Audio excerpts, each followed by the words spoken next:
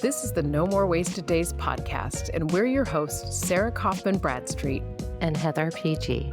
Grab your favorite NA drink and listen as we share vulnerable stories so you never feel alone on your alcohol-free journey. And gain insights from us as we break down our most used tips and strategies that have kept us alcohol-free. It's time to break free from wasting any more of your days to the drinking, blackout, hangover cycle. All right, today we are talking about getting through the holidays and remaining alcohol-free, which I can say was one of the things I was the most afraid to do. Heather, do you kind of feel the same about that? I do. I think Yeah. holidays are particularly difficult to try to not drink around. And I quit drinking in the summer, but I remember that was one of the things where I'd go, well, what am I going to do on Thanksgiving? What am I going to do on Christmas? And I had to really just put it out of my brain and say, I'll deal with that when I get there. But we're getting really close to it now. So I know that this is a topic that a lot of people want to make sure that they're ready for, that they want to just make sure they're as prepared as possible. We're going to offer some awesome tips to you guys today that you can use as you go through this holiday season. And you'll probably find out, like Heather and I have found out, that it's not as overwhelming as you think it is. And I have actually found out that I enjoy holidays much more now being alcohol free, which I didn't think would happen. Have you figured out the same for you, Heather, or has it Yeah. been a little more stressful? No, they're much, much better without alcohol. Yeah. Hands down. It's just like, it's funny that we think alcohol is making things less stressful for us. And then all of a sudden you start experiencing it and really looking at it with an honest eye, which I think is so important because we can lie to ourselves and say, no, it was more fun when we drank. But when you're super honest, you start realizing, like, oh my gosh, it's way better.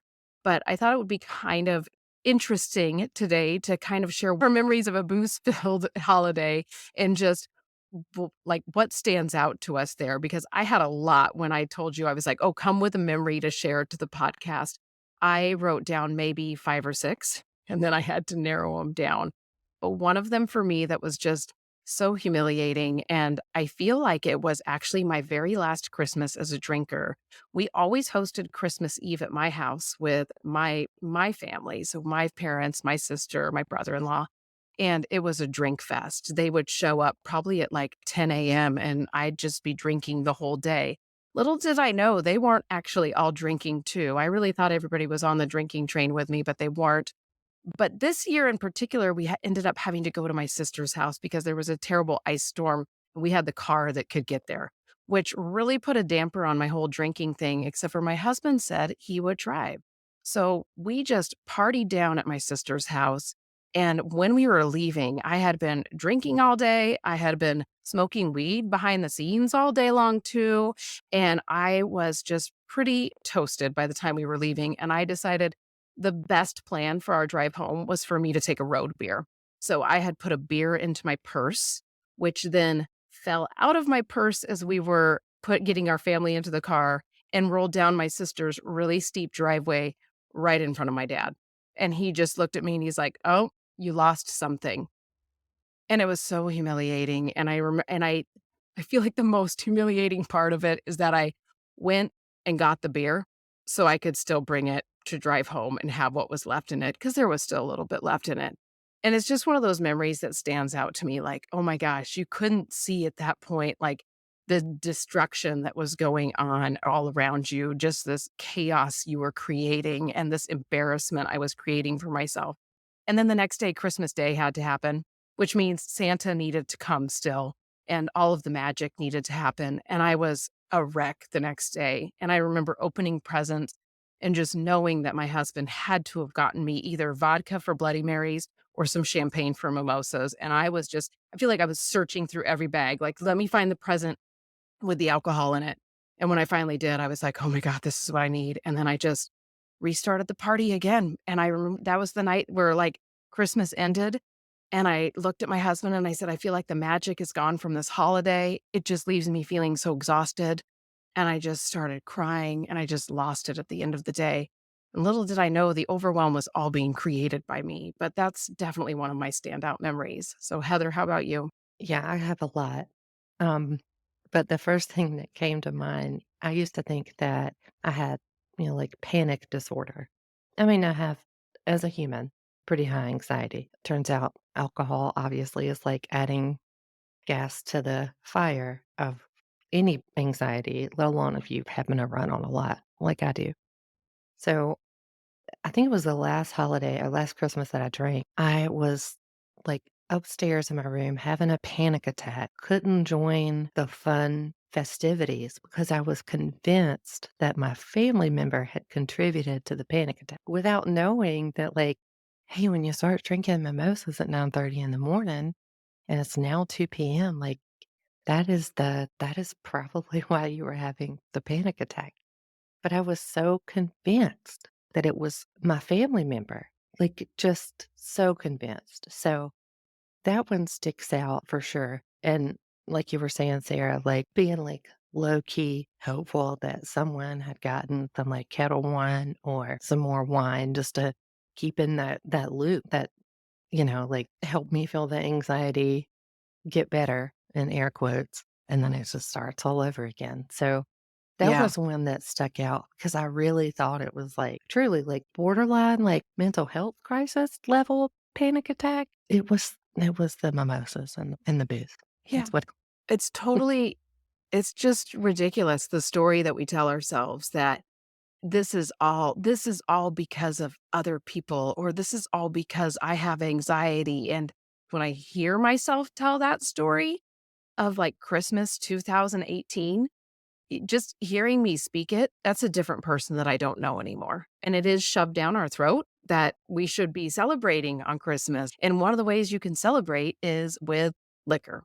And it's just kind of in our faces that that should happen. But I actually that led me to kind of think about, like, what are people dealing with depression around holiday season? So I started Googling depression during holiday season or stress during holiday season. And I found a blog post by healthpartners.com. They referenced the American Psychological Association and found that 38% of people felt their stress levels increased during the holidays. And that's just a blanket group of people, nobody with underlying anxiety issues, just saying, okay, let's blanket test this group of people. 38% of us are saying, oh, stress levels are so much higher. And I know that too. I used to hate Christmas. Holidays would come and I'd say, oh, I hate the holidays.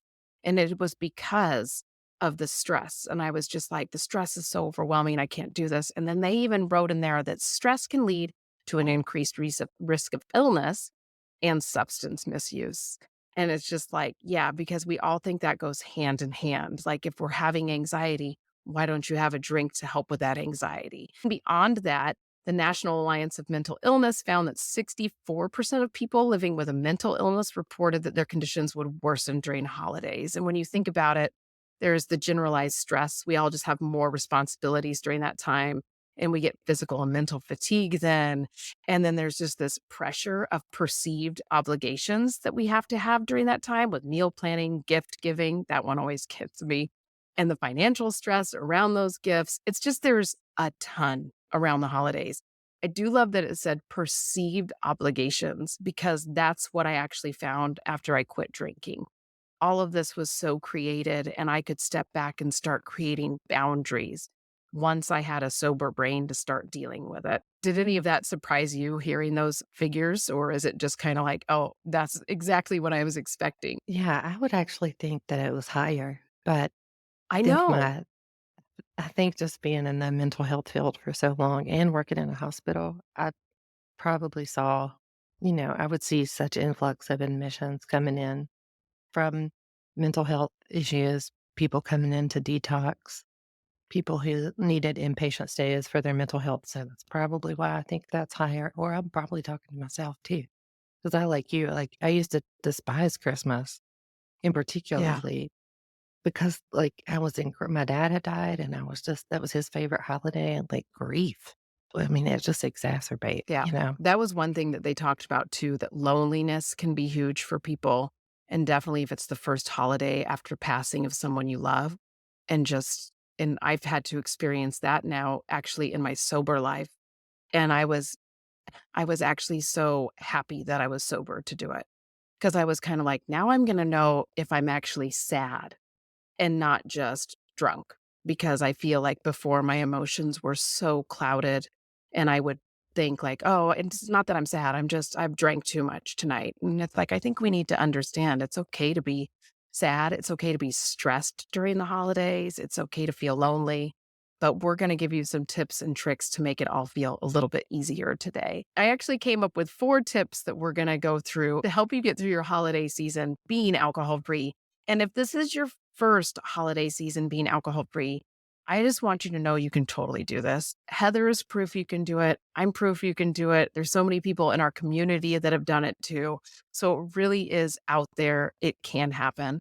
But the first tip is to focus on the positive. I'm totally huge on the focusing on the positive for all things. And I think that was my biggest game changer this time around when I quit drinking, because forever when I had tried to quit drinking, I would focus on the negatives. I would focus on the, oh my God, I wish I could have a drink. Oh my God, I'm so stressed. If I could just have a drink, it would fix it. Oh, this is going to be so boring without alcohol. Is that how you felt when you had tried to quit drinking and it didn't actually stick? Yeah, I felt like, "Oh, what am I gonna do? How's it gonna be fun? Or how am I gonna handle this family member or this event?" But what really changed I think, success was the community and the mindset, actually. It took a while, a long time. Right? I was gonna say people want that mindset change to happen overnight, but it takes a lot of practice. So some of the ways you can practice through your holiday season is just really trying to be present through your holiday. And there's ways it's hard to be present, obviously. We have so many distractions in our life. But a lot of times when I'm thinking, just stay present in this moment is when I'll kind of look around and think almost senses. What senses am I feeling right now? What can I smell? What can I feel? What do I hear? What do I see? So when you are thinking, okay, she's talking about being present for the whole day on a holiday, what does that actually feel like? What does that look like? Think about your senses and bring yourself into the room and start doing that. And then start thinking forward, even of like, I'm going to be thinking of like, how is this making me more present for the day? Because I'm not drinking. And one of the ways for me is that I'm no longer thinking about drinking. And that was a huge thing for me when I first quit is I realized how much brain space alcohol was taking up. And when I started realizing that, oh my gosh, I can actually sit and watch my kids unwrap presents and I'm not thinking about, oh man, there better be a bottle of spicy vodka underneath this Christmas tree so I can go make a Bloody Mary. Instead, I'm actually watching my kids open the present and I'm just enjoying it. So start being present and noticing those little things throughout the day and start going, oh my gosh, I haven't thought about alcohol all day long today. And obviously, that might not happen in your first Christmas without alcohol, but you will notice like this isn't consuming my day. You're also not numbing the day with alcohol. I think so much of the time we think we're relieving stress, but actually, you're just numbing all your senses. So, if you were going to do a sense check and see if you're being present, well, you're not being as present as you could be when you're drinking. The next thing that I always tell people when you're focusing on those positives is that you can focus on things like how you're going to talk to your family members. We all have family members that kind of irritate us or maybe aren't our favorite people. And I was really worried about that without alcohol, but I found that actually I'm better at handling my relatives with grace, with humor, and my brain is firing on all cylinders. And I'm just better at responding to them. And I'm not just being sarcastic like I was when I was drinking, and it's just one of the positives for me. And definitely not having a hangover after holidays is a huge positive for me. I just spent so many December 26th being a disaster. And my first December 26th, when I wasn't hungover, I got so much done. I actually cleared through all the presents and like got everything organized and into its area and actually rested and relaxed and enjoyed the season. So is that kind of what you've found too on focusing on those positives? Yeah, definitely. I feel like, yeah, it's just so much more magical, and you can rest and enjoy the yummy chocolate or, your Yes. favorite cake recipe. It doesn't have to be alcohol. You can indulge in other ways that, you know, won't give you terrible anxiety or like guilt-ridden and like shame of what did I do the night before in front of my uncle that I haven't seen, or, it's just so much more joyful. And then, like you said, on the day after, you can rest and you can truly rest. Like you're not recovering from a hangover. You can actually relax and enjoy your time. I think that's awesome. That's an awesome benefit for sure. I think some tip when you think about like gift giving, one is like, I know gift giving can stress people out, but it gives you an opportunity to be more intentional and really get Mhm. to know the people in your family or whom you buy gifts for. Also, this random tip of mine, or like not tip per se, but like when is that when you wrap gifts, the paper's not correct. Imagine that when you're not up drinking, wrapping your present. Your So, wrapping like, job actually looks better.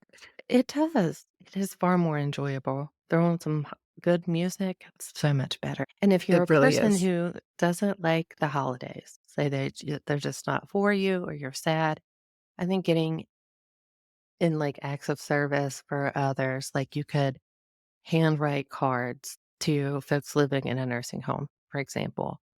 Or if you don't like to buy gifts for people, you can adopt like a foster child through the Department of Health and Human Services to like brighten their day, kind of pay it forward. If that's not your thing and you're feeling lonely, like do something to help somebody else. I think that's Yeah.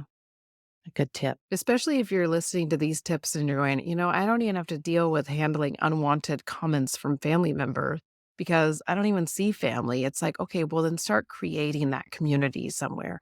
And I feel like when we go out of our way to do those things, it really makes it all feel a little more worthwhile. Right. Yeah. If you're battling with isolation, you can help someone feel less isolated. Yeah, for sure. So, our next tip for you is prepare for success. You need to be prepared around the holidays, mentally for sure. But one of the most basic things we can do is have some non alcoholic drinks on hand. I think this is the one that people overlook. And especially if you're farther along on your alcohol free journey, I feel like sometimes I find myself even guilty of it, like having an empty extra fridge that's usually stocked with my tonic water and my kombucha and my unsweetened iced tea and my ginger ales. Like, if I don't have that ready at the holidays, I know I'm gonna feel that, like, kind of a nagging feeling almost like, "Oh, I wish I had something." I never feel that way if I have the non-alcoholic drinks. So, some of my go-tos I just listed off, but, like, kombucha's always flowing at our house, and my favorite right now is tonic. I call them my ginless tonics, but just my tonic waters with lime. It's so basic, but it totally fills the void, and it just makes me just feel like I'm in that festive spirit. So those are some of my everyday things, and then really when I'm stepping it up, I have found that Martinelli's sparkling cider is the best champagne replacement. I've tried a lot of the champagne replacements out there, and that's definitely my go-to. What are your go-to non-alcoholic drinks? Mine are pretty basic, but I like sparkling apple cider and I just love ginger ale. And there's fun things that you can add to ginger ale around the holidays. Like I'm from the South. We be loving a punch, like a fruit, like a Yeah, holiday punch in the South. So take an opportunity to make some ginger ale with like some cranberry juice or what have you. Just you can keep it simple. Or if you're like really into mixologies, there's tons of stuff there's so many available. cool things out there now. And I think that it's like I think it's one of those overlooked tips. It sounds so basic and kind of almost dumb or sarcastic, but it is so like your brain doesn't have time to realize it's not getting the alcohol. Your brain is just saying like, "I wanna drink, I wanna drink, I wanna drink," and then you give it one, it's like, "Thank you." And then it takes it a while to go, "Oh, that didn't have alcohol in it." It's like, Yeah. by that time, the craving is gone and your brain is done freaking out at you. My other way for preparing for success, and I know that Heather uses this tip all the time, is visualizing the day. Visualize the whole day a few times. And it's been proven that when you are visualizing a situation, your brain thinks it's really happening.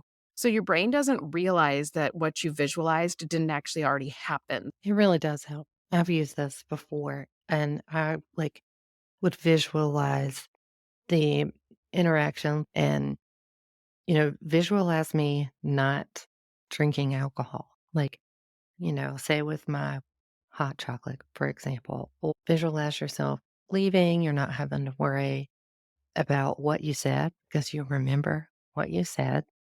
And I think that this is probably one of my very favorite tools. And if you're not a visual person, if you can't pull up the picture in your mind, just jot it out, and it could be, equally as helpful. And the mind remembers what the hand writes. So it's further like wiring that pathway for success. And if you're nervous about, seeing family or friends, make your non-negotiables around your boundaries.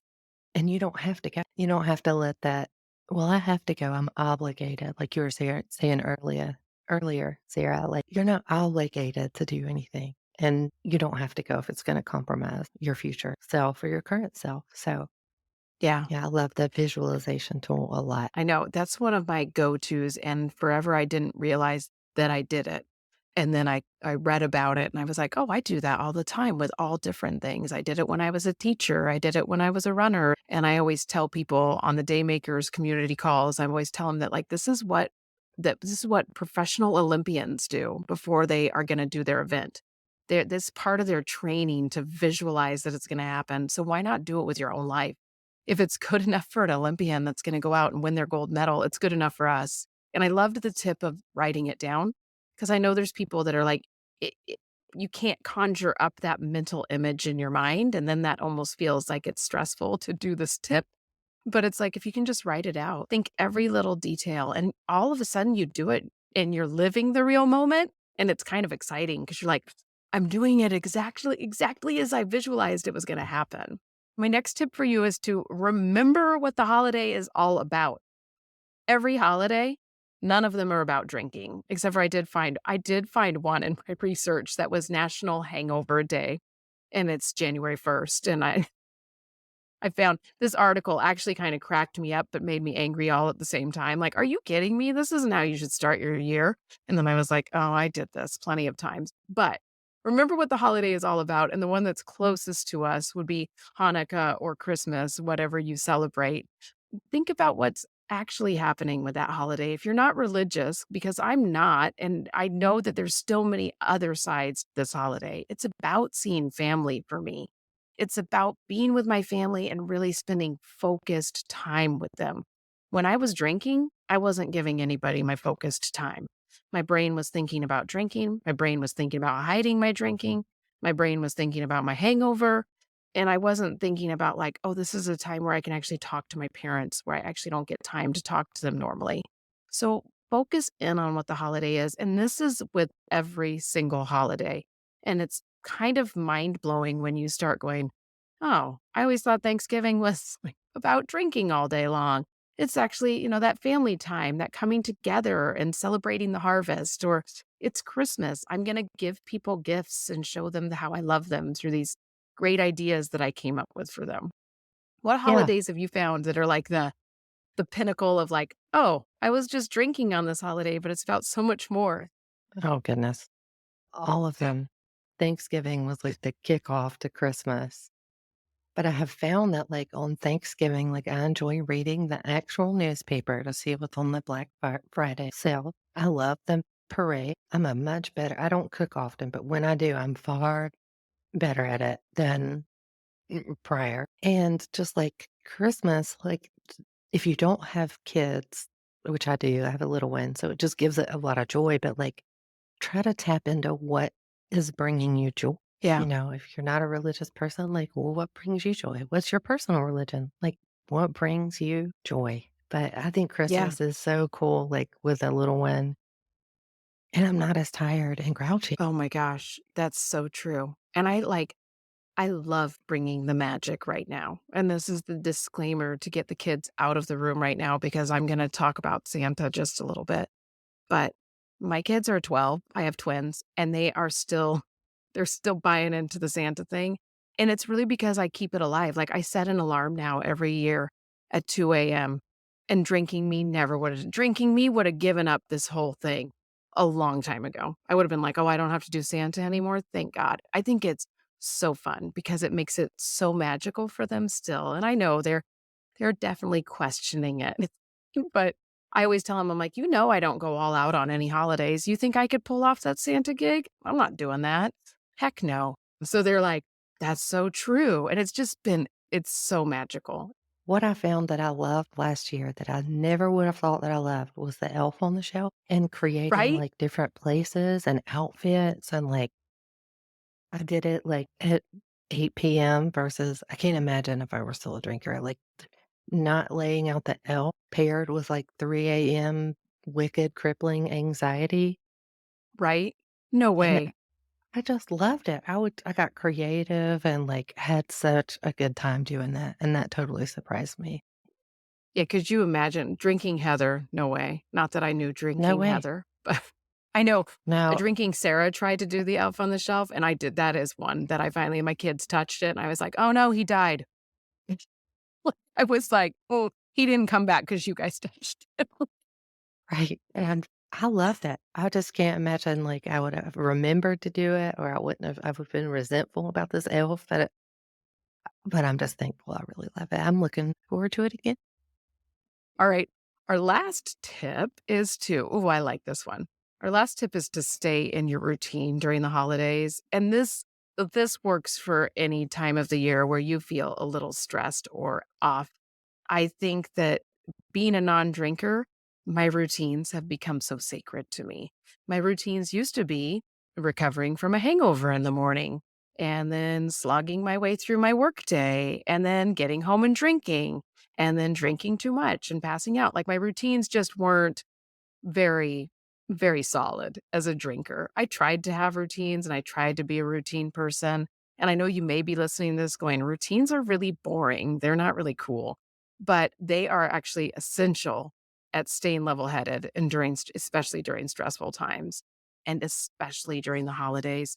I have a morning routine that's sacred to me. That's my routine. And Heather's going to touch on the evening routine because that's not quite my jam, but I also know that morning routines are not everybody's thing. So if you're listening to this and you're like, "Oh my god, she's telling me that now during the holidays I have to add in getting up early and doing this." No. But if this sounds like something for you, then try it out. But every morning I wake up probably about an hour before my family, sometimes earlier just because I'm an early bird.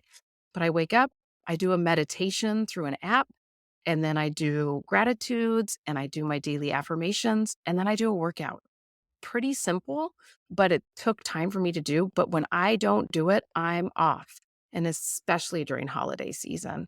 And it's just like when routine isn't happening everywhere else in my day, that gives me a solid base and it makes it easier for me to not want to reach for a drink come 3 p.m. because I've made those decisions for myself. I've laid the foundation.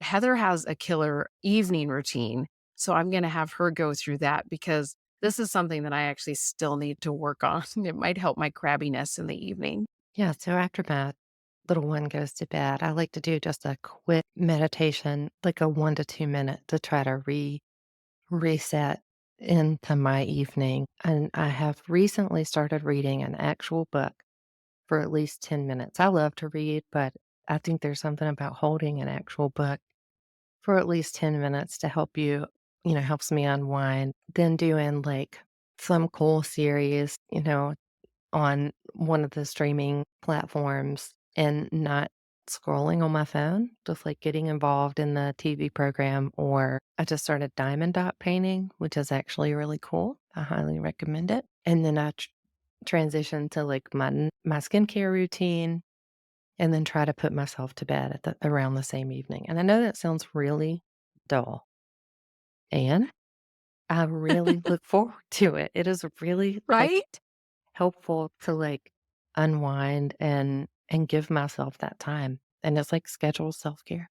So, Yeah. I go to bed thinking about my morning routine and how excited I am for it.